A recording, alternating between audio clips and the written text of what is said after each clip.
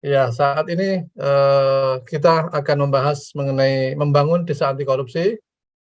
Nah, yang perlu kita perhatikan adalah mungkin Bapak Ibu saat ini di dalam berinteraksi dengan kita kan ada alat elektronik dan mengandung mungkin listrik dan sebagainya, maka kami sarankan untuk memastikan perangkatnya tersambung dengan listrik dalam kondisi aman dan juga mengecek koneksi audionya apakah sudah terdengar dengan baik. Kemudian Bapak Ibu tetap memastikan keamanan koneksi internet dan data perangkat Bapak Ibu semuanya. Ya, tidak berpanjang lebar, saya akan menyampaikan mengenai pemikiran kritis tentang desa, korupsi dana desa, kemudian memahami jenis tindak pidana korupsi, dan bagaimana membangun desa anti korupsi. Nah, nanti kalau misalnya Bapak Ibu berkenan, kita perlu ada rencana aksi apa yang kita perlu lakukan untuk membangun desa anti korupsi di tempat kita masing-masing.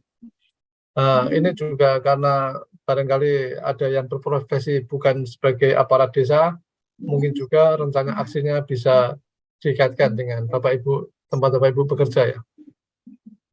Mengapa kita bahas mengenai membangun desa anti korupsi?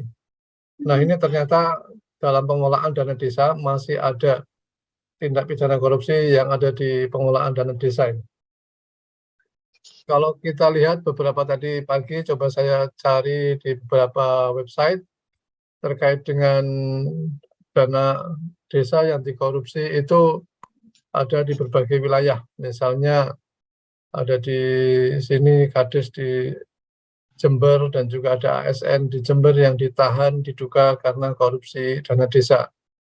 Kemudian masih ada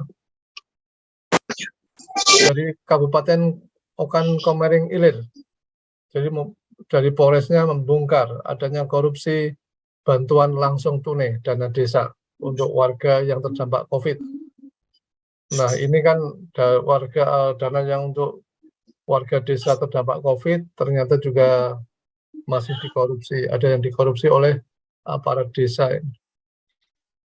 Kemudian ada beberapa lagi warga desa, aparat desa yang menggelapkan dana desa di Sumatera Selatan dan sebagainya. Jadi ini mungkin kalau kita lihat sih tidak terlalu banyak, cuman masih ada yang dalam menggunakan dana desa itu masih ada hal-hal yang penggelapan dan sebagainya, mungkin penyalahgunaan penggunaan dana desa ini.